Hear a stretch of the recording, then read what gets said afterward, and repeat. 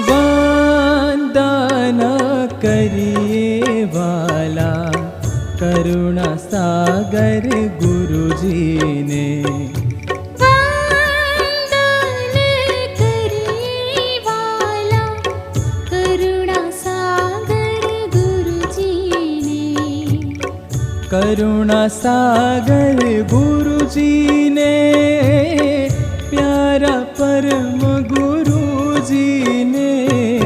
वंदन करिए वाला करुणा सागर गुरुजी ने।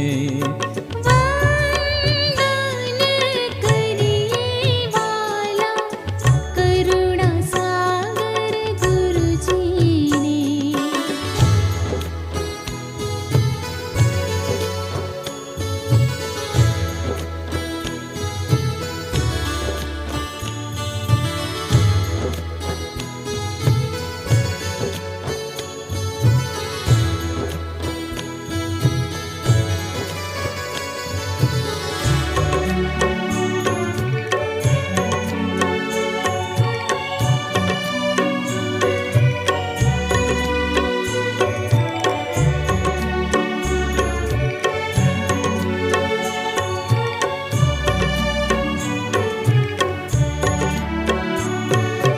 अरस भुवन थी उतरी आव्या, निज पदनो संदेशो लाव्या।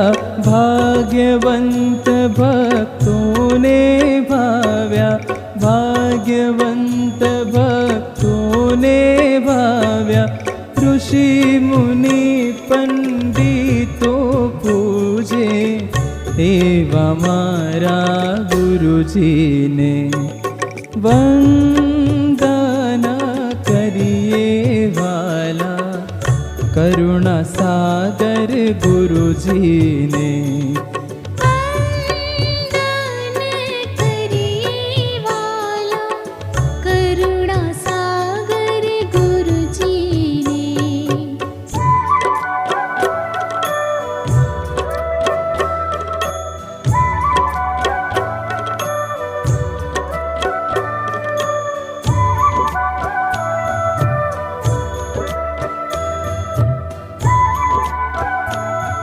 केवल साहेब सतकेवल साहेब।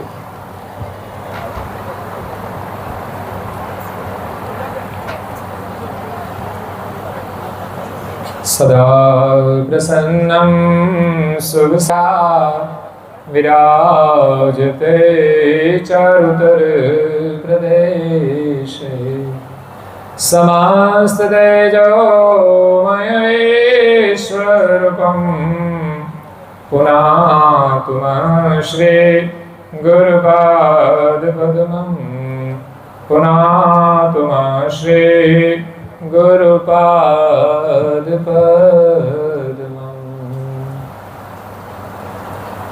प्रिय भक्तजनों, आप सौने सुविदित छे तेम आजे गुरु पूर्णिमानो पावन तहेवार छे। ए दिवसे हिंदू संस्कृतिनी परंपरा अनुसार गुरु पूजानो दिवस मनाववामां आवे छे। आम तो गुरुनी पूजा तो रोज करवानी होय, परंतु सामूहिक रूपे બધા લોકો રોજ નથી કરી શકતા। ત્યારે આપણા ઋષિ મુનિઓએ સાથે મળીને ગુરુની પૂજા માટે એક દિવસ નક્કી કર્યો, અને એ છે અષાઢ સુદ પૂર્ણિમા, જેને આપણે ગુરુ પૂર્ણિમા કહીએ છીએ। અને આપણી સંસ્કૃતિમાં એને વ્યાસ પૂર્ણિમા પણ કહેવામાં આવે છે। એ સમયે જ્યારે આ તહેવારની પરંપરા શરૂ થઈ હશે ત્યારે વ્યાસ મુનિ ગુરુ સ્થાને જ્ઞાન આપવામાં હતા, એટલે એ પૂર્ણિમાને વ્યાસ પૂર્ણિમા કહેવામાં આવે છે. કારણ કે હિન્દુ સંસ્કૃતિમાં જે કંઈ જ્ઞાન પીરસવામાં આવે છે એ વર્તમાન સમયની અંદર મોટા ભાગનું વ્યાસ મુનિનું મંથન છે. એમાં એમણે વેદાંતની પણ રચના કરી છે.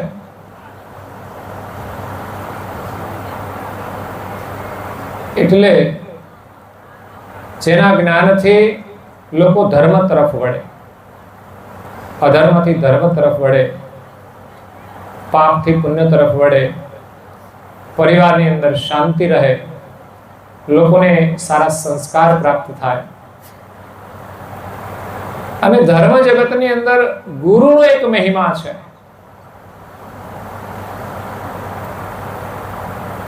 ગુરુ વિના આપણને જ્ઞાન મળતું નથી.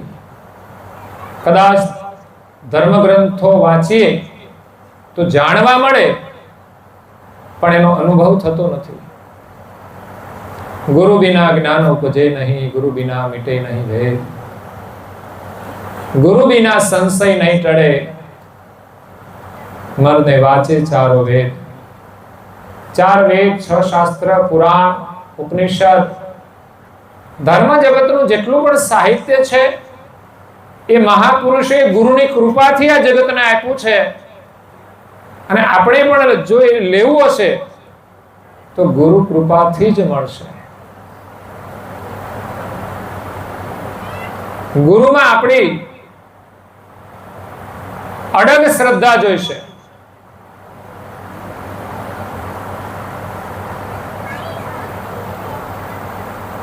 અને જેના ઉપર ગુરુની કૃપા થાય એની માત્ર શ્રદ્ધા જ હોય, એને વાંચતા ન આવડતું હોય, અક્ષર જ્ઞાન ન હોય, તો પણ એનું કલ્યાણ થઈ જાય છે. ભક્તિની અંદર શિક્ષણ કરતા શ્રદ્ધા અને સેવાનું મહત્વ છે.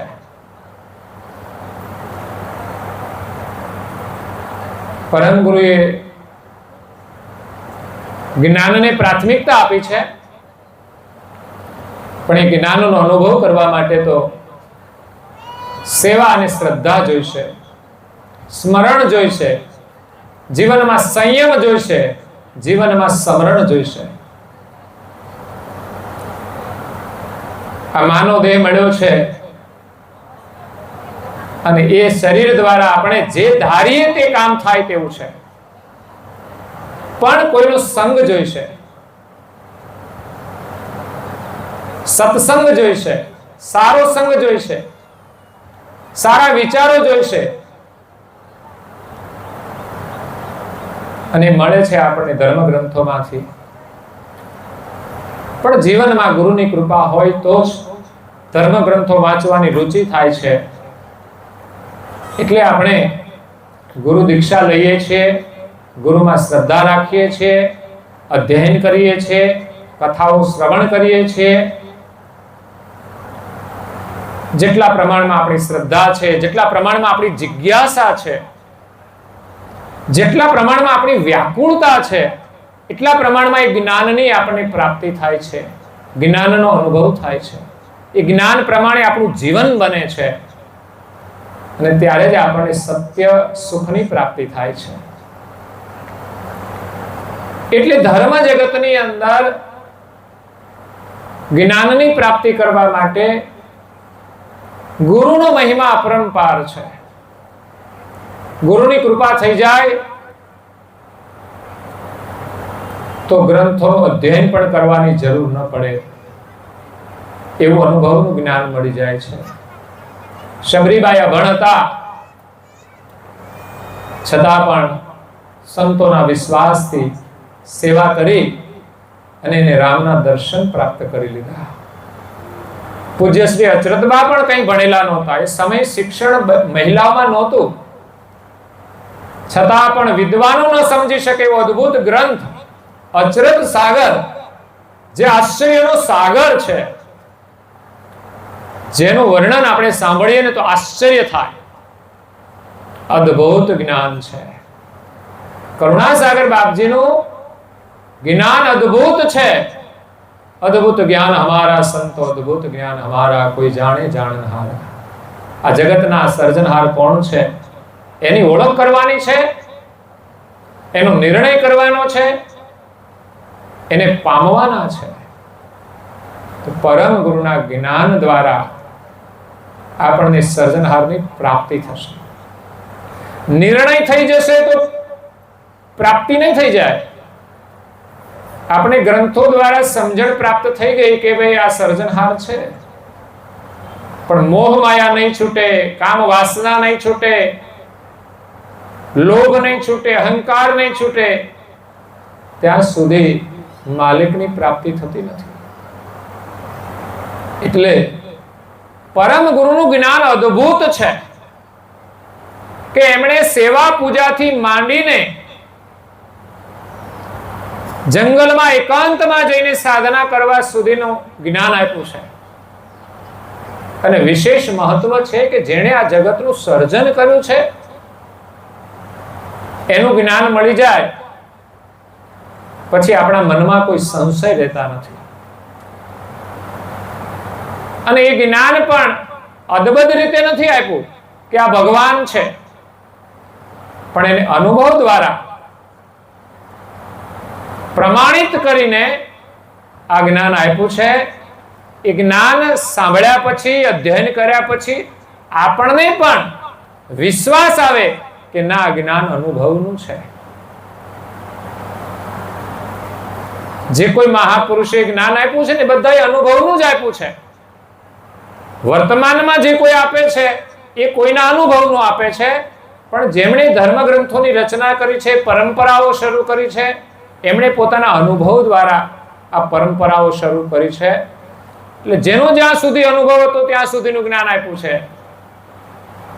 પણ કોઈ ગ્રંથોની અંદર આ જગતના કર્તા કોણ છે, આ જગતનું સર્જન કોણે કર્યું છે, કેવી રીતે કર્યું છે, એ યથાર્થ રૂપે વર્ણન મળતું નથી. કોઈ એમ કે બ્રહ્માએ સર્જન કર્યું તો ક્યાંક વિશેષ કાર્ય વિષ્ણુનું પણ આવે, ક્યાંક મહાદેવનું પણ આવે, ક્યાંય બીજા અન્ય દેવોનું પણ યોગદાન છે. જ્યારે સંપૂર્ણ જગતનું સર્જન કરનાર એક સર્જનહાર છે, એનું ન્યાય સહિત અનુભવ દ્વારા પ્રમાણયુક્ત પ્રતિપાદન કરુણાસાગર મહારાજે કર્યું છે. ન્યાયપૂર્વક વિશ્વના સર્જનહાર એક અંશી છે. એમના 3 પ્રકારના અંશો છે, પરમ વિશેષ, વિશેષ અને સામાન્ય. એ પ્રકારે યથાર્થ વર્ણન કે પછી એમાં કોઈ સંશય ના રહે, જેમાં અનેક ભગવાન ના રહે. પરમ ગુરુ કરુણાસાગર પરમ વિશેષ અંશ એમના સાનિધ્યમાં રહે છે. બીજા પરમ વિશેષ અંશ નિરંજન, જેના દ્વારા સૃષ્ટિનો પસારો થયો. તો જો સર્જનહારને ન જાણે તો એમ લાગે કે નિરંજન જ આ સૃષ્ટિના સર્જનહાર છે, આદ્ય પુરુષ છે, એને આદ્ય પુરુષ કહેવામાં આવે છે. પણ સકર્તા સર્જનહાર નથી. એ ખુદ નથી માનતા કે આ સૃષ્ટિનું સર્જન મેં કર્યું છે. પછી પાછળવાળા લોકો જ્ઞાનના અભાવે જ્યાં સુધીનો અનુભવ ત્યાં સુધી એ જાણે કે આ સર્જન તો નિરંજન દ્વારા થયું છે કે બ્રહ્મમાંથી થયું છે, પણ પ્રમાણયુક્ત નથી. કરુણાસાગર બાપજીએ સંપૂર્ણ વિસ્તારથી વર્ણન કરીને આ જગતનું સર્જન કેવી રીતે થયું છે, બ્રહ્મમાં છે, બ્રહ્મ દ્વારા થયું છે. પણ બ્રહ્મે સર્જન નથી કર્યું. બ્રહ્મ તો અકર્તા છે, સર્જક તો સકર્તા છે. અને સકર્તાના સંકલ્પથી 3 પ્રકારના અંશો દ્વારા આ જગતનું સર્જન થયું છે. તો ગુરુ દ્વારા આપણને જ્ઞાન પ્રાપ્ત થાય છે. એટલે ગુરુના દ્વારા થાય છે, એટલે ગુરુ દ્વારે આપણે જવું પડે, ગુરુના સાનિધ્યમાં જવું પડે. અને ગુરુ દ્વારા જ આપણને જ્ઞાનની પ્રાપ્તિ થાય છે. પણ શ્રદ્ધા જોઈએ. એટલા માટે કે જે જ્ઞાન શ્રવણ કરીએ, જે કંઈ નિયમ પાળવાના હોય એ પાળવા માટે શ્રદ્ધા મહત્વની છે.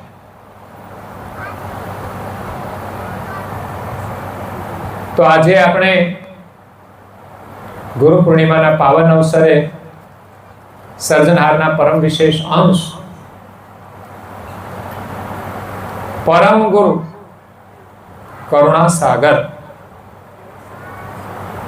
પંચમ સ્વસમ વેદના રચયિતા કૈવલ વેદતા આ બધા જ વિશેષણો એમને અંગીકૃત છે, એમની આપણે પૂજા કરી છે. પરમ ગુરુ પરમ વિશેષ અંશ છે. આ વિશ્વમાં ગુરુ રૂપે પ્રગટ થયા છે અને કર્તાની ઓળખાણ કરાવે છે. હા, આપણા માટે પછી પરમ ગુરુ એ કૈવલ સમાન છે, કારણ કે કૈવલની ઓળખાણ કરાવે એ આપણા માટે કૈવલ રૂપ છે. અને આપણા મહાપુરુષોએ ગુરુને હરિ કરતા પણ વિશેષ દરજ્જો આપ્યો છે, કારણ કે હરિ તો મહાન છે જ. કોઈ ગુરુ એમ નહીં કહી શકે કે અમે એનાથી મોટા છીએ, પણ શિષ્યના માટે ગુરુ એ હરિ કરતા વિશેષ એટલા માટે છે કે હરિની જેમને ઓળખાણ કરાવી છે અને જેના દ્વારા જ હરિની પ્રાપ્તિ થશે, તો આપણા માટે તો વિશેષ એ જ છે. એક રાજાની રાજકુમારી હતી જેનું નામ હતું વૈરાગવતી, અને બાળપણથી જ એની અંદર વૈરાગ આવી ગયો. એ નામ પ્રમાણેના ગુણ હતા. એને સંસારના સુખમાં કોઈ રસ નહોતો, એટલે રાજાએ એને અલગ સ્થાન બનાવી આપ્યું. ત્યાં એ સેવા કરે, પૂજા કરે, પ્રાર્થના કરે, ધ્યાન કરે.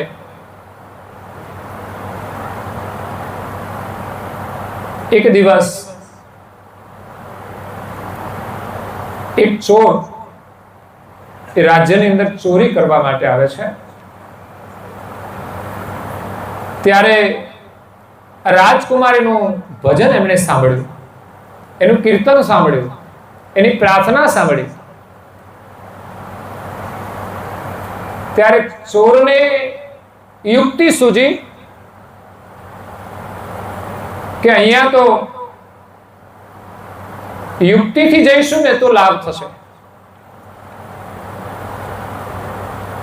તો ચોરે વિચાર કર્યો કે આ ચોરનો જે પહેરવેશ છે ને છોડીને એમણે તો ભગવા વસ્ત્ર ધારણ કરી લીધા, રાવણની જેમ.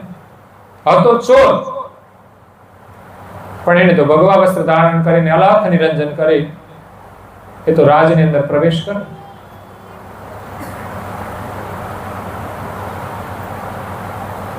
હજુ રાત્રિ બાકી છે. વહેલી સવારે બ્રહ્મ મુહૂર્તમાં વૈરાગવતી ઉઠીને ભગવત સ્મરણ કરે છે. આપણને પણ પરમ ગુરુએ આજ્ઞા આપી છે કે સૂર્યોદય પહેલા નાહી ધોઈને ધ્યાન ભજન પૂજા પાઠ કરવા જોઈએ. સૂર્યોદય પહેલા કરવું જોઈએ. સાધકની અંદર જ્યારે જિજ્ઞાસા આવશે, તીવ્રતા આવશે, ત્યારે જ ભક્તિ થશે. એટલે પહેલી કસોટી તો ઉઠવામાં જ થઈ જાય. તો વહેલા ઉઠવું જોઈએ.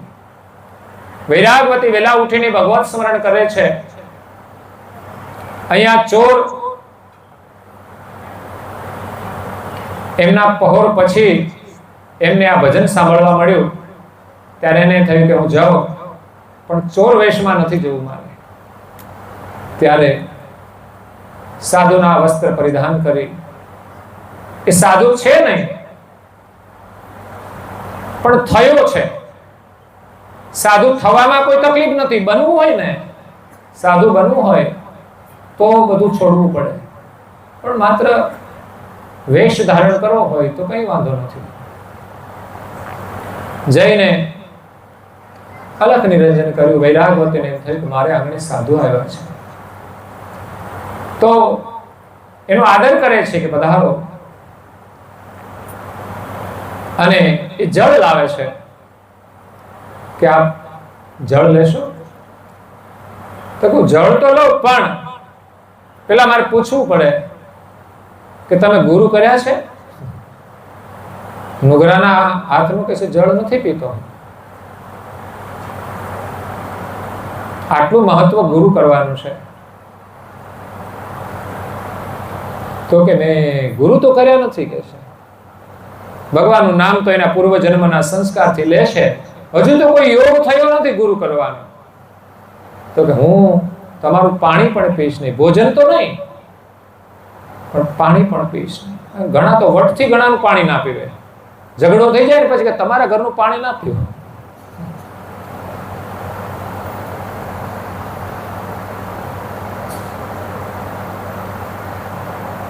એટલે અહીંયા વૈરાગવતીને એમ થયું કે આ સાધુ મહાત્મા છે અને મારા આંગણેથી કોઈ અતિથિ પાછા જાય એ તો મારી ભક્તિમાં ડાઘ લાગે, એમ સમજીને એણે કહ્યું કે તો પછી આપ જ મને ગુરુ દીક્ષા આપો. ચોરને તો એમ થયું કે બરાબર તીર નિશાના ઉપર લાગ્યું છે. એમની જે ચાહના હતી કે અહીંયા યુક્તિપૂર્વક આપણે કામ કરવું પડશે. તો ચોર કહે અમે તો દીક્ષા છે ને અહીંયા રાજમહેલમાં નથી આપતા, અમે તો એકાંતમાં દીક્ષા આપીએ. એકાંતમાં તો કંઈ પણ થઈ શકે, અત્યારે ભરોસો ના કરાય. સીતાએ કર્યો, મુશ્કેલી આવી ગઈ. પણ અહીંયા વૈરાગવતીને તો બસ વિશ્વાસ હતો, શ્રદ્ધા હતી. એમણે તો વિશ્વાસ કર્યો કે તમે જ્યાં કહેશો ત્યાં આવીશું, કે એકાંતમાં જંગલમાં જઈને દીક્ષા આપીશું. પણ હા, તમારા જે શણગાર હોય ને એ બધા લઈ લેવાના સોનાના, પછી તમારે તો કઈ ભક્તિ કરવાની છે. એટલે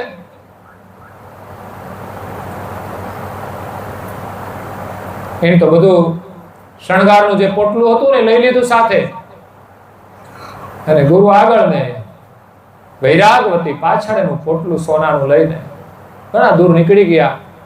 પછી ત્યાં કહે છે આ પોટલું તમારું નીચે મૂકી દો. ચોર હતો, એમની સાથે એક દોરડું પણ હતું, ક્યાંક ચડવાનું હોય ઉતરવાનું હોય દોરડું રાખવું પડે.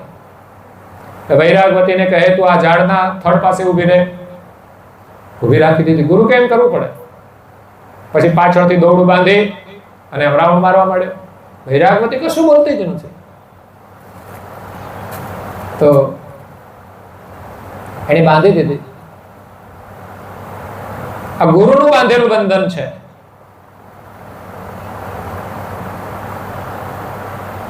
અને એમણે કહ્યું કે હું આવું નહીં ને ત્યાં સુધી તો અહીંયા જ ઊભી રહે છે. ચોર તો પોટલું લઈને નીકળી ગયો. હવે ક્યારે આવે શું ખબર. વૈરાગવતીને તો બાંધી દીધી. એને તો ભગવાનમાં પ્રીતિ હતી એટલે એને તો પોતાનું મન ભગવાનમાં લગાડી દીધું. અને જ્યારે છે ને જીવનમાં દુઃખ આવે ને ત્યારે આપણા મનને ભગવત સ્મરણમાં જોડવાનું. અને એ જ ઉત્તમ યોગ છે. સુખમાં તો ભગવાનનું નામ લેવાય કે નહીં ખબર નહીં, પણ દુઃખમાં તો અવશ્ય યાદ આવે. કેમ તો કે જરૂર છે અમારે તમારી, થોડી મદદ કરો. આર્થિક સમસ્યા છે, શારીરિક સમસ્યા છે, પારિવારિક કલેશ હોય તો સમસ્યા છે. એટલા માટે ભગવાનની જરૂર તો છે. વૈરાગવતીની અંદર તો વૈરાગ હતો, ભગવાનમાં પ્રીતિ હતી. એને બાંધી દે તો કોઈ ફરક પડતો નથી, કારણ કે મન એનું ભગવાનમાં લાગ્યું છે માટે. બાકી આપણા જેવાને બાંધ્યા હોય તો અરે ઘરવાળી એમ કે કઈ બેહજો તો ના બેહે.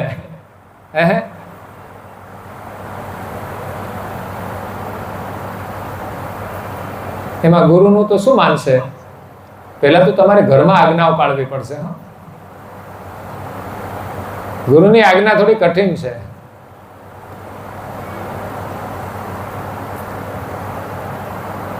તો અહીંયા વૈરાગવતીનું મન તો લાગી જાય છે ભગવાનના સ્મરણમાં. 2-3 દિવસ વીતી ગયા, કશું ખાવાનું નહીં, કશું પીવાનું નહીં, છતાંય ભગવત સ્મરણ ચાલુ છે. અને આપણે તો ભૂખે ભજન ન હોય ગોપાલા, ભૂખ્યા રહીએ કે લે લે કંઠી તેરી માલા, બધું રાખો તમે, પહેલા તો ભોજન જોઈશે. પણ ભગવાનમાં પ્રીતિ લાગી જાય ને વૈરાગ થઈ જાય પછી ભોજનની ચિંતા નહીં રહે. પણ પ્રથમ તો ભોજન જોઈએ, સુંદર વ્યવસ્થા જોઈએ. અહીંયા વૈરાગવતીની ચિંતા એમના ઈષ્ટદેવને થાય છે, શ્રી હરિ વિષ્ણુને થાય છે કે આ ચોર તો કઈ પાછો આવશે, એને તો માલ મળી ગયો, એનું કામ થઈ ગયું, એ શું કામ પાછો આવે, એને તો બાંધી દીધી. જ્યારે મહેલમાંથી રાજકુમારી રાત્રે નીકળી જાય છે, બીજા દિવસે રાજાને ખબર પડે છે કે રાજકુમારી મહેલમાં નથી, ક્યાં ગઈ? એમણે શોધ કરી. સૈનિકો એની પાસે ઘણા બધા હતા, ચારે બાજુ મોકલી દીધા. એક બાજુ જંગલમાંથી રાજકુમારી રાજાને જ મળી ગઈ. રાજા પણ નીકળી ગયા છે, કારણ કે રાજાનો પ્રેમ હતો. રાજાની બહુ લાડકી રાજકુમારી હતી, ભક્તિ પરાયણ હતી, એને બહુ જ સ્નેહ હતો. એને ભક્તિ કરવી હતી તો પણ એને સ્વતંત્રતા આપી કે કઈ વાંધો નહીં, આ રાજમહેલમાં તારે જે રીતે રહેવું હોય એ રીતે રહીને તું ભક્તિ કર. તો રાજા રાજકુમારીને જોઈને દોડે છે કે તને અહીંયા કોણે બાંધી દીધી? તો કે મને મારા ગુરુએ બાંધી છે, એમણે ગુરુ કર્યા છે.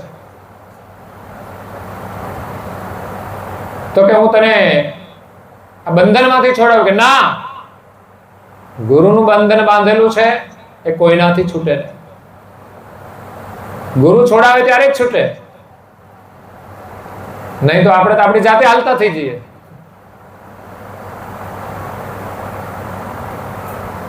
તો રાજાએ ઘણી બધી વિનંતી કરી, છતાં પણ રાજકુમારી એકની બે ન થઈ. છેવટે રાજા નિરાશ થઈને ચાલ્યા જાય છે. રાજકુમારી અડગ શ્રદ્ધા વાળી હતી કે નહીં એટલે નહીં. અને અમારા ભાઈઓની અડગ શ્રદ્ધા હોય છે, મસાલા નહીં છોડવાના, તો એવી અડગ શ્રદ્ધા હોય છે કે બસ. પણ છોડવામાં તમે અડગ શ્રદ્ધા રાખો કે નહીં, આજથી છોડી દેવાના તો છોડી દેવાના. પ્રાણ ભલે છૂટી જાય, ભલે કમજોરી આવી જાય, દવાખાનામાં દાખલ કરવા પડે, આઈસીયુમાં લઈ જવા પડે તો લઈ જાય. ઘણા લોકો અનશન કરે છે તો આઈસીયુમાં લઈ જાય છે. તો આપણે આ છોડીને જવું પડે તો જવું જોઈએ. અને પ્રાણ છૂટી જાય ને તો તમારો ઉદ્ધાર થઈ જશે, કારણ કે જૂઠને છોડવા માટે તમે પ્રાણ છોડ્યા છે ને, તમારું કલ્યાણ થઈ જશે. નવો જન્મ એવો સરસ મળશે. મરવાનું તો છે જ, પણ કંઈક સારું કામ કરવા માટે છોડીએ ને તો જીવન સફળ છે. બાકી વિડીયો પીને તમે 50, 60, 70 વર્ષ જીવશો તો કામનું શું છે?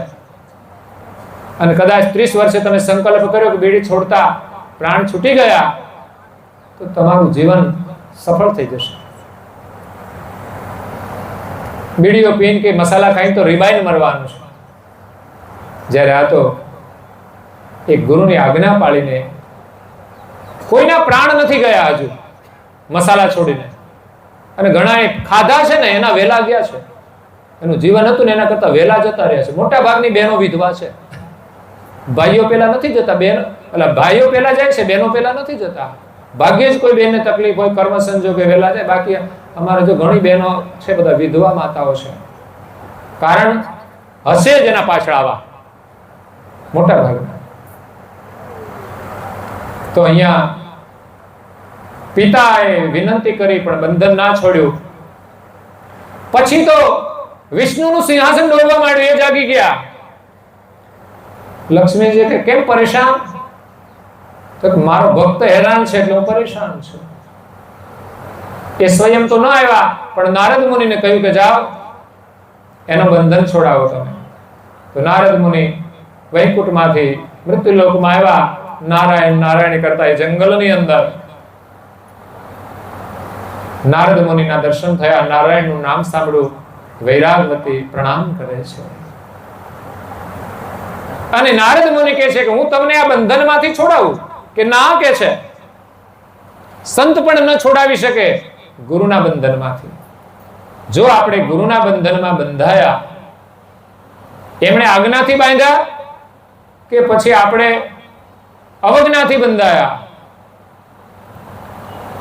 કોઈ એને ના છોડાવી શકે સિવાય ગુરુ.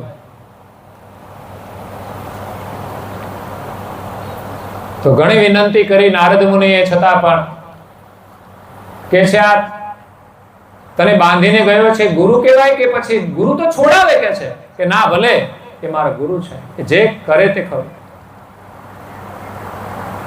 તો નારદ મુનિના કહેવાથી પણ એને બંધન ના છોડ્યું. પછી તો સ્વયં વિષ્ણુને આવવું પડ્યું. વિષ્ણુ પ્રગટ થયા, દર્શન આપ્યા. એમને પણ વૈરાગવતી 2 હાથ જોડીને પ્રણામ કરે છે. પછી થોડી વાર પછી બેસો ને શાંતિ હમણાં. તો હાથ છૂટા રાખ્યા છે એના પ્રણામ કરવા માટે, એટલું સારું છે. તો વિષ્ણુ એને છોડાવે છે કે હું તને બંધનમાંથી મુક્ત કરું, હું જગતના જીવોને બંધનમાંથી છોડાવું છું. પણ વૈરાગવતી કે ના, મારા ગુરુ આવે ત્યારે જ હું બંધનમાંથી છૂટીશ. ત્યારે વિષ્ણુએ કહ્યું કે જાઓ એમના ગુરુને શોધી કાઢો, ક્યાંક કોઈની દિવાલ પાછળ રહીને ચોરીનો પ્લાન બનાવતા હશે. તો નારદ મુનિ તો ગયા, વિચરણ કરતા કરતા એક એક દાવ લગાવતા હતા ચોરી કરવા માટે. અને નારદ મુનિ અવાજ કર્યો કે નારાયણ નારાયણ. ત્યાં તો પેલો ચોર હતો એ ઝબકી ગયો, આ કોણ? તો નારદ મુનિ કે શું કરો છો? તો કઈ નહીં કે છે.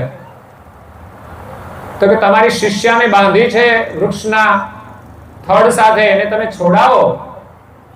તે તો ગભરાઈ ગયો, એને ખબર પડી ગઈ કે આને તો એ પણ ખબર પડી ગઈ છે કે મેં આને બાંધી છે, ત્યાં તો કોઈ હતું નહીં. એટલે નારદ મુનિ ચોરને સાથે લઈ અને જ્યાં વૈરાગવતીને વૃક્ષ સાથે બાંધી છે, જ્યાં સ્વયં વિષ્ણુ પ્રગટ થયા છે, ત્યાં લઈને આવે છે. આજે તો ચોરનું ભાગ્ય ખુલી ગયું. એવી શિષ્યા મળી કે વિષ્ણુના દર્શન થયા ચોરી કરતા કરતા. કોઈ વ્યક્તિ મળે ને પછી ભલે કોઈ પણ રૂપમાં મળે, એ વ્યક્તિનું કોઈ પ્રારબ્ધ હશે. એ ચોર હોવા છતાં એનું કોઈ પ્રારબ્ધ હશે કે એની સદ શિષ્યા મળી, તો એના માધ્યમથી એને વિષ્ણુના દર્શન થઈ ગયા. જ્યારે એ ચોરના રૂપમાં વૈરાગવતીના ગુરુ આવે છે અને કહે છે આને છોડાવો પહેલા, ત્યારે વૈરાગવતીને દોરડાથી છોડાવે છે. સૌપ્રથમ વૈરાગવતી એ ગુરુને પ્રણામ કરે છે.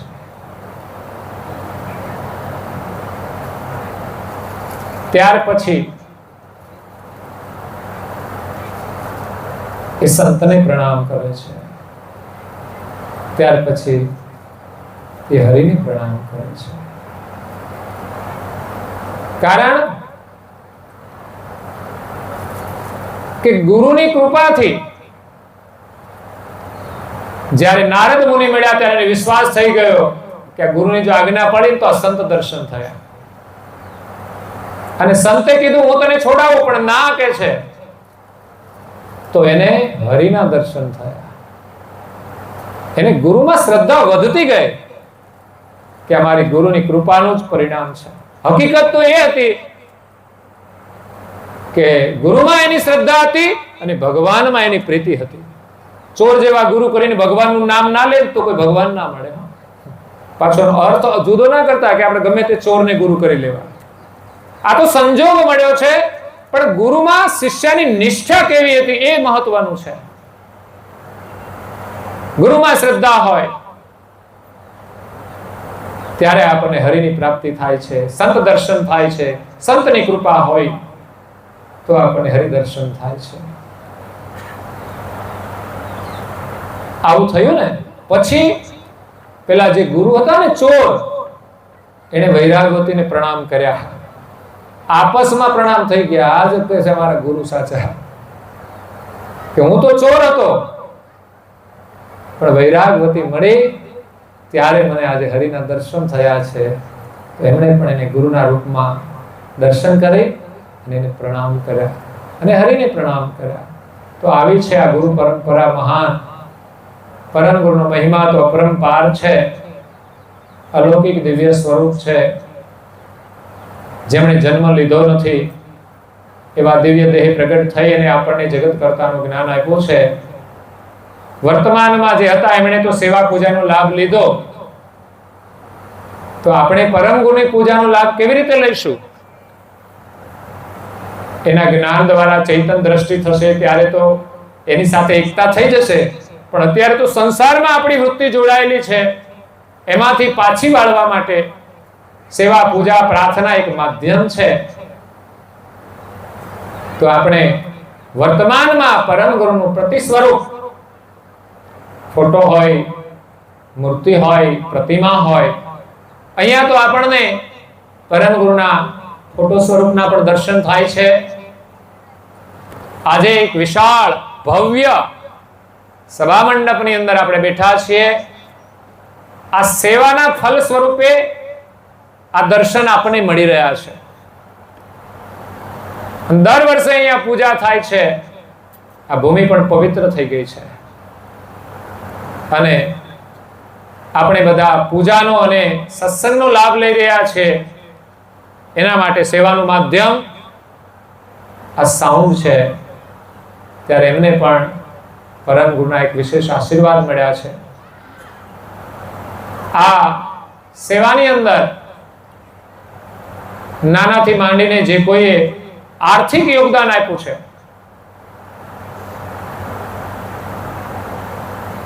15,000 થી માંડી 5,000, 25,000, એ બધાનું પણ સારું યોગદાન છે આજના ભોજન પ્રસાદની અંદર. તો પરમ ગુરુ અહીંયા આ એક ભવ્ય સભા મંડપની અંદર બિરાજમાન થયા અને આપણને બધાને દર્શન આપ્યા. પૂજા સ્વરૂપે પરમ ગુરુ અહીંયા પ્રત્યક્ષ પ્રગટ સ્વરૂપે છે. જે ફોટો કૃતિ હોય કે મૂર્તિ સ્વરૂપ હોય એના માધ્યમથી આપણે પરમ ગુરુનું પૂજન કરવાનું છે, એમના આશીર્વાદ લેવાના છે.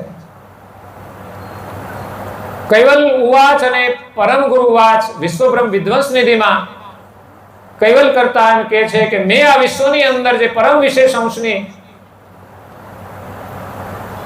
પ્રાગટ્ય મૂર્તિનું જે સ્થાપન કર્યું છે, પ્રગટ થયા છે, પુની જેહુન કી થપિત મૂર્ત ભાવ તેહી લાયક સેવન કી, એ સ્વરૂપ સેવાને લાયક છે. આપણા માટે માધ્યમ પરમ ગુરુ સ્વરૂપ પૂજાના માટે લાયક છે, આશીર્વાદ રૂપ છે. એના માધ્યમથી પૂજા કરીને પરમ ગુરુમાં આપણી શ્રદ્ધા જોડીશું. આપણે એના સન્મુખ બેસીને પ્રાર્થના કરીશું. બાકી એવા તો બધા સાધકો નથી હોતા કે જેને તત્કાળ જ્ઞાન સમજમાં આવી જાય, એકાંતમાં જઈને સાધના કરી અને પરમ ગુરુ સાથે એક તાર કરી દે. બહુધા સાધક સંસારની અંદર જીવ દશામાં ફસાયેલા છે. એટલું જ નહીં, સાધુ સંતો પણ આ દેહની દશામાં ફસાયેલા છે. તમે જો તો એમાંય ઝઘડા ચાલતા હોય છે, મારામારી ચાલતી હોય છે, ગ્રહસ્થી કરતા વધારે લોભ વૃત્તિ હોય છે, તો એ પણ જીવ દશામાં છે. એ બધાને પ્રારંભિક સેવા પૂજા પ્રાર્થનાની આવશ્યકતા છે. મનને જોડવાનું ઉત્તમ માધ્યમ છે અને અર્થ આપણો વપરાય તો લોભ ઓછો થાય સેવાના માધ્યમથી. એટલે પૂજાના માધ્યમથી આપણે પરમ ગુરુનું સ્મરણ કરીએ છીએ. ત્યારે પરમ ગુરુ વિદ્યમાન હતા તો એમના દર્શન જેમણે કર્યા એ ભાગ્યશાળી છે. પણ એમ કે એના દર્શન કરીને લોકોને તો એમ થાય કે એનું સ્થૂળ સ્વરૂપ છે, એ તો એની કૃપા થાય, એની પૂજા કરે, એમનો આદર કરે, એને વંદન કરે, ત્યારે જ એની ગતિ એને મળે, દ્રષ્ટિ મળે, ત્યારે એને દિવ્ય દેહ રૂપે દેખાય. બાકી બહુધા લોકો એને દેહ રૂપે જોતા હતા. પરમ ગુરુનું સ્વરૂપ દિવ્ય છે. એ જ દિવ્ય સ્વરૂપ રૂપે જ આપણને અત્યારે ફોટો સ્વરૂપમાં દર્શન આપે છે, ગ્રંથ સ્વરૂપમાં છે. તો એ ફોટો સ્વરૂપની આપણે પૂજા કરીએ છીએ. ગ્રંથ સ્વરૂપની પણ પૂજા કરીએ છીએ. પણ માત્ર પૂજાથી જ કામ આપણું પર્યાપ્ત નથી થતું, પણ પૂજા કરવાથી પરમ ગુરુ પ્રત્યે સદભાવ જાગે છે. કોઈ સંત આવે તો એનો આદર કરે, એને વંદન કરે, પછી એનામાં જિજ્ઞાસા થાય કે બે વચનો સાંભળવા. એમ પરમ ગુરુના ગ્રંથો છે, સંતો દ્વારા એમના વચનો સાંભળવાની એક જિજ્ઞાસા થાય. ત્યારે પરમ ગુરુની ઓળખ થાય છે કે પરમ ગુરુ કોણ હતા, અને એમની જે આજ્ઞાઓ છે પાળીને આપણે એનું ભજન કરવાનું છે. પરમ ગુરુની આજ્ઞા છે સવારે વહેલા ઉઠવાનું, નાઈ ધોઈ પરમ ગુરુનું પૂજન કરવાનું. પૂજન કરે પછી એનો જે શેષ પ્રસાદી રૂપે ચંદન હોય એ તિલક કરવાનું, પછી કુમકુમ પણ કરવાનું. અમર મંત્ર આપ્યો છે તેનો જાપ કરવાનો. અને એમણે આરતી અને બધી રચનાઓ કરી છે પ્રકમ્માની. એટલે પહેલા લોકો તો માત્ર ધ્યાન જ કરતા હતા, પણ એમ લાગ્યું કે હવેના લોકોના મન વધારે બહિર્મુખ છે, તો આ પ્રાર્થના પણ મહત્વની છે. અને આપણા દરેક ધર્મની અંદર પ્રાર્થનાઓ છે, તો પરમ ગુરુએ રચના જ કરી છે એ પ્રથમથી સમજીને જ કરી છે કે જ્યારે પણ એની જરૂરિયાત ઊભી થાય ત્યારે લોકો આ પૂજા અને પ્રાર્થના કરશે, ઉપાસના કરશે. તો આપણે બધાએ આ થોડા જ નિયમ છે એ પાડીશું તો પરમ ગુરુની કૃપા આપણને મળશે. આજની પૂજાથી, પરમ ગુરુના આશીર્વાદથી આપણું દરેકનું જીવન સફળ થાય. પરમ ગુરુની આજ્ઞાઓ પાળવામાં આપણી શ્રદ્ધા વધુ દ્રઢ બને. બધા બધું જ નથી કરતા. કેટલા લોકોએ તિલક કર્યા હતા આજે, પણ આજે પૂર્ણિમાના દિવસે નથી કર્યા. તો શરૂઆત આપણે એમ કે દર પૂનમે કરીશું, અઠવાડિયામાં કરીશું, એમ કરતા કરતા રોજ તિલક કરવાનો આપણે નિયમ બનાવીએ. અમર મંત્રની માળા એ પણ રોજ કરવી જોઈએ, પણ ન કરતા હોઈએ તો પૂર્ણિમાના દિવસે તો અવશ્ય કરવી જોઈએ. ઉપાસના પૂર્ણિમાના દિવસે તો આખી ઉપાસના કરવી જોઈએ. પછી સમયના અભાવે થોડી કરો, અને સમય મળે ત્યારે પાછી પૂર્ણ ઉપાસના કરો. તો આ થોડા નિયમ છે. વ્યક્તિગત રીતે આપણે નિયમ લઈએ, જેટલું થાય એટલું કરો. એક માળા થાય તો એક કરો. ઉપાસના મંગલા આરતી થાય તો મંગલા કરો, શણગાર થાય તો શણગાર કરો, કરતા સ્તુતિ થાય અને જય વિધિ સુધી થાય તેટલું કરો. પછી પરિવાર સાથે સપ્તાહમાં એકવાર કરવાનો નિયમ બનાવો, જેથી એક પરિવારનું, આદર્શ પરિવારનું નિર્માણ થશે. અને એક સામૂહિક કાર્યક્રમો આપણા હોય, તહેવારો ઉજવાતા હોય, ક્યાંય આપણા વિસ્તારની અંદર ભક્તોની સામૂહિક પ્રવૃત્તિ ચાલતી હોય, તો એમાં અવશ્ય આપણે સમય લઈને જવું જોઈએ. બાકીનો બધો જ સમય પરિવાર માટે, વ્યવસાય માટે, પણ રોજ આપણે 1 કલાક કાઢીએ, બાકીનો સમય 23 કલાક બીજા કાર્ય માટે. અઠવાડિયામાં એકવાર પરિવાર માટે કાઢીએ, કલાક માત્ર, એ પણ કલાક. અને મહિનામાં એકવાર સામૂહિક રીતે કાર્ય કરવા માટે 1 કલાક, 2 કલાક, 4 કલાક. કારણ કે આવો સામૂહિક કાર્યક્રમ હોય ત્યારે તમારે એકાદ વેળા કાઢવી પડે, કાં તો આખો દિવસ પણ કાઢવો પડે. તો આપણે કાઢવો જોઈએ, તો જ આપણું જીવન સુખી અને સંપન્ન બનશે, સમૃદ્ધ બનશે. નહીં તો કદાચ મહેનત કરીશું, પૈસા કમાઈશું, પણ શાંતિનો અભાવ રહેશે. તો આજે ગુરુ પૂર્ણિમાનો પાવન દિવસ છે. પરમ ગુરુના આશીર્વાદ આપણે પૂજા કરીને પ્રાપ્ત કર્યા, અમૃત વચનો સાંભળીને પ્રાપ્ત કર્યા. એવી લઘુ પૂજા આપણે રોજ ઘરમાં પણ કરવી જોઈએ, જેમાં આવે ધૂપ, દીપ, આરતી, પ્રસાદ. આ 5 વસ્તુની લઘુ પૂજા કહેવાય, જે આપણે રોજ પૂજાની અંદર વાપરતા જ હોઈએ છીએ.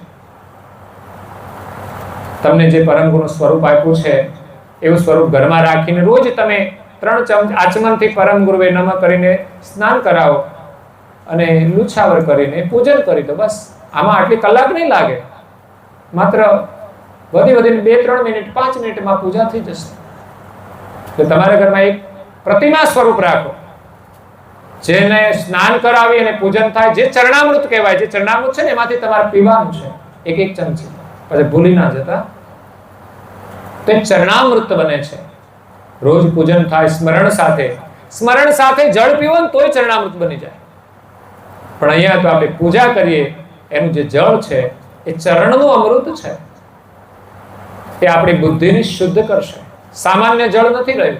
જેમ ગંગાનું જળ પવિત્ર, એમ ગુરુ મહારાજના ચરણ પ્રક્ષાલન કરવાનું જળ છે એ આપણા શરીર માટે, આરોગ્ય માટે ઔષધિનું કામ કરે છે. એટલે ઘરમાં આપણે પૂજા કરવી જોઈએ. પ્રતિમા હોય તો રાખજો, તમારા ઘરમાં હોય અને તમારે ન જોઈએ તો અહીંયા આપીને જજો, અને જોઈએ તો લઈ જજો. પણ બહુ પ્રતિમાઓ ભેગી નહીં કરવાની. પૂજા કરવા માટે એક જ પ્રતિમા જોઈએ. એટલે આપણે તો લાવીએ છીએ, તમે સેવા આપો છો તો અમે જેટલી ખૂટે એટલી લાવીએ છીએ. સ્ટેન્ડ પણ લાવ્યા છે આ વખતે, કારણ કે એનાથી પૂજા કરવાનું અનુકૂળ રહે. ઘરમાં મંદિરમાં રાખીએ તો પણ એવી રીતે રાખીએ તો પણ દર્શન માટે અનુકૂળ રહે. ગાડીમાં પણ એ રીતે રાખતા હોઈએ છીએ. જોઈએ તો રાખવાનું, ન જોઈએ તો અહીંયા તમે આપશો તો આવતી સાલ એ જ સેવામાં વપરાશે, પૂજામાં વપરાશે. તો અહીંયા પરમ ગુરુની જે આજ્ઞાઓ છે આપણે પાળવા માટે સંકલ્પ કરીએ. ખરેખર આપણે ગૌરવપૂર્વક પરમ ગુરુની આજ્ઞા પાળવી જોઈએ. કારણ કે આપણે જે પૂજન કર્યું છે ને કોઈ સાધારણ ગુરુ નથી, આખા વિશ્વના ગુરુ છે, અને સાચે જે જગત ગુરુ છે. નમામી જગત ગુરુ જગયેશ, લહે મહિમા તેના ગુરુ દેશ.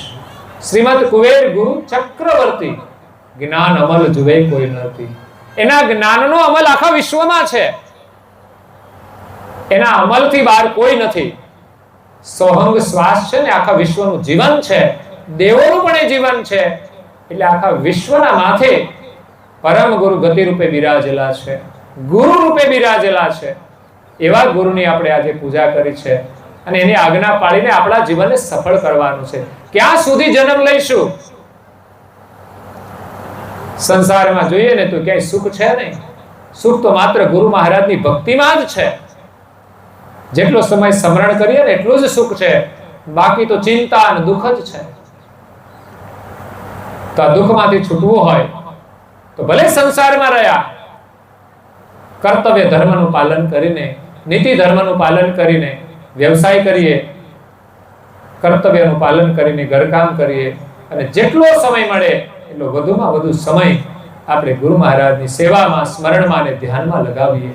જેવું આવડે એવું કરજો, પણ શ્રદ્ધાથી કરશો ને ગુરુ મહારાજ સ્વીકારી લેશે. તો આપ સૌને પરમ ગુરુના પૂર્ણિમાના ખૂબ ખૂબ આશીર્વાદ, શુભકામનાઓ છે. એક દાતાઓની થોડી વાત કરી દઉં, કારણ કે અધૂરું રહી જાય મારું કામ. તો એક તો મેં શરૂઆતમાં વાત કરી કે અહીંયા જે આ મંડપમાં આપણે બેઠા છીએ એ મંડપની સેવા જેઠોલી ગામના અમારા ઉત્કર્ષ કુમાર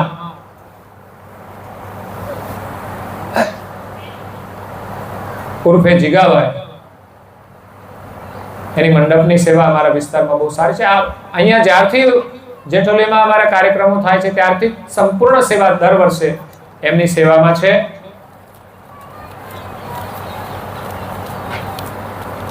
એટલે ઉત્કર્ષ કુમાર સુબોધભાઈ અને બેન અમારી મોનાલી, એમના ત્યાંથી. ત્યાર પછી અમારી સાઉન્ડ સેવા આવી છે, એમને પણ અમે ધન્યવાદ આપીએ છીએ કે દર વર્ષે અમને આ સેવા મળતી રહે અને તમારું કાર્ય પણ ખૂબ આગળ વધતું રહે. ત્રીજું છે આ સિંહાસન જે બિરાજમાન છે, આજે પૂર્ણિમાના દિવસે કાલે સાંજે જ આવ્યું તૈયારીમાં, છેક ધારી પાસે બનાવ્યું છે. 75,000 રૂપિયા જેટલો આમાં ખર્ચ કર્યો છે. બીજા એક તો કારીગર હતા, એને તો 1.25 લાખ રૂપિયા કહેતા, 1,20,000 રૂપિયા. આ કારીગર મળ્યો તે એનું જોઈને બનાવ્યું એમણે. મારે તો આ 2 સ્ટેપ બનાવવાના હતા, 2 બાજુ અલગ અલગ, પણ એણે એક જ બનાવી દીધું. મિસિંગ થયું છે. ભવિષ્યમાં કોઈ સહયોગ આપશે તો કંઈ સુધારો કરીશું. એટલે એના દાતા છે, એનું યોગદાન આપણા મંદિર માટે વિશેષ રહ્યું છે. અને એ છે જેઠોલી ગામના, અહીંયા આગળ નામ પણ દાતાઓનું લખ્યું છે, જો કે અહીં સેવા મૂકી છે એટલે તમને કદાચ વંચાશે નહીં. હાલ અમેરિકા છે, એમના 4 દીકરાઓ છે, 3 ત્યાં છે ને એક અહીંયા નડિયાદ છે.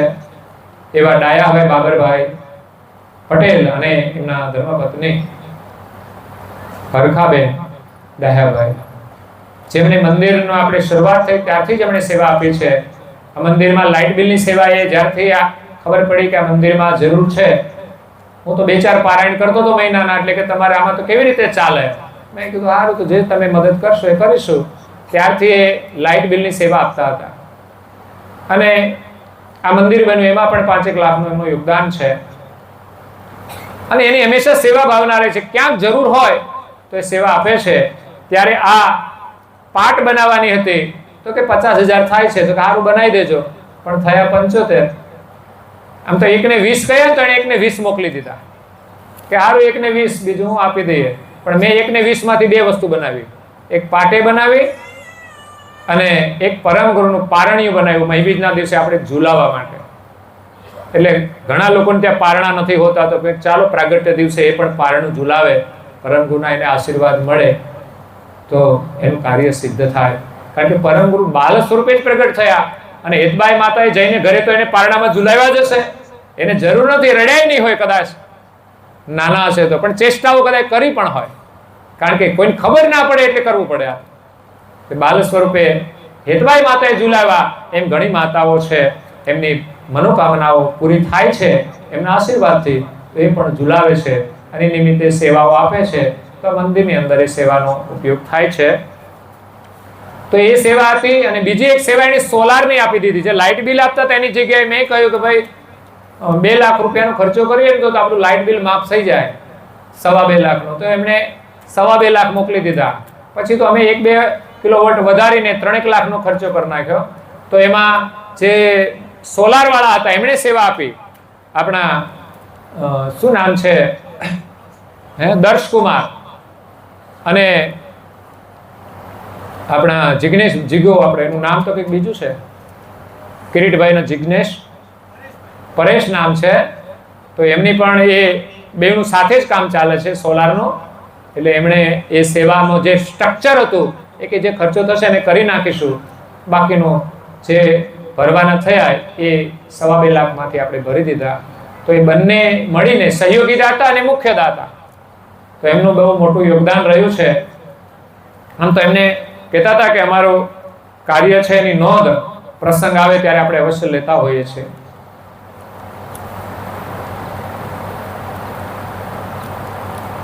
તો 2.5 લાખ રૂપિયા આમાં આપ્યા છે ને 2.5 લાખ પહેલામાં, એમ કરીને 3.5 લાખ રૂપિયા આપણને આ વર્ષની અંદર સેવાનું યોગદાન આપ્યું છે. બીજા અમારા આજે પૂર્ણિમાના દિવસે ભોજન પ્રસાદની સેવાનો પ્રારંભ થયો, એમાં 15,000 થી મનુભાઈ જીવાભાઈ પંચાલ પરિવારની એક સેવા મોટી રહી છે. અને એ સિવાય 5,000, 2,500, 1,000 અને જે બધા દાતાઓએ આપ્યા છે એના નામો મેં બોર્ડ પર પણ લખ્યા છે.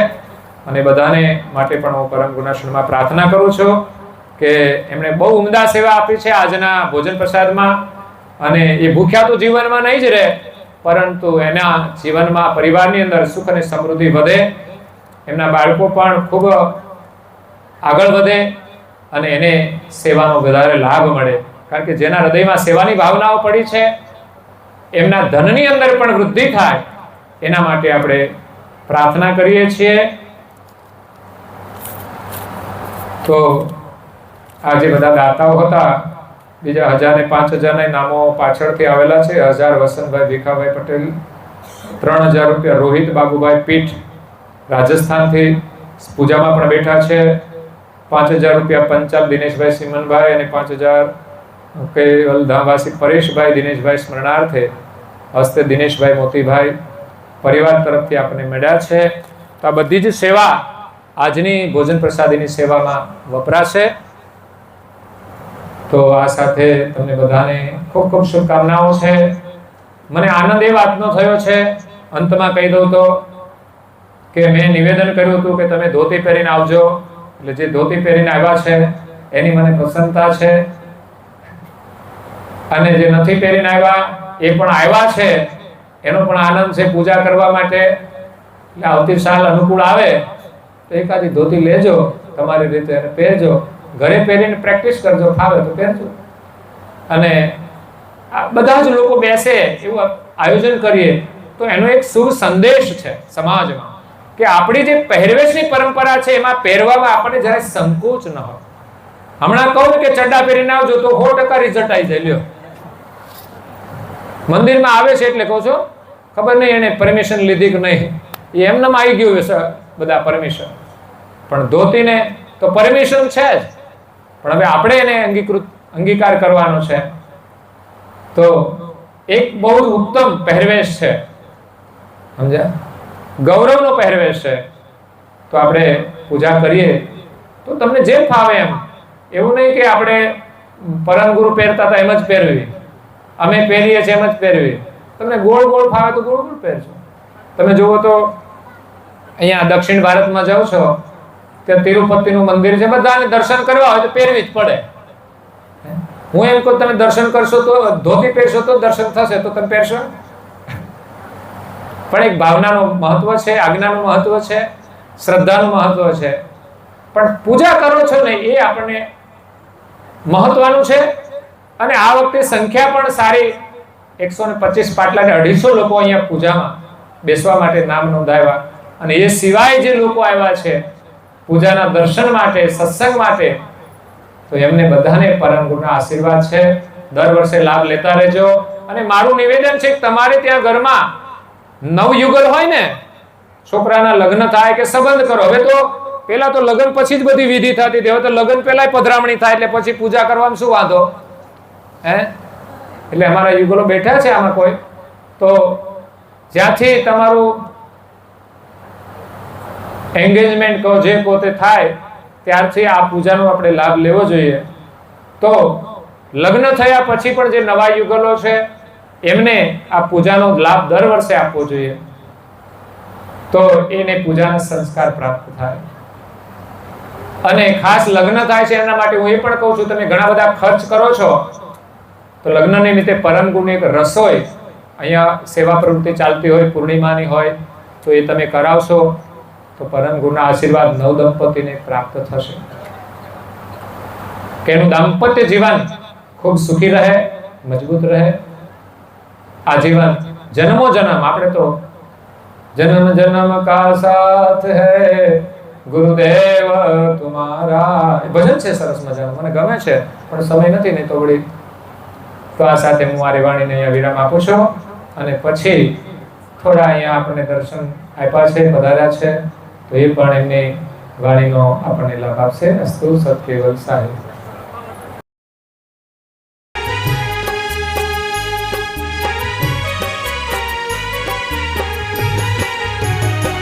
અખંડ કરતા ગુરુની ઉપાસના એ લક્ષણ છે નિજ દાસના.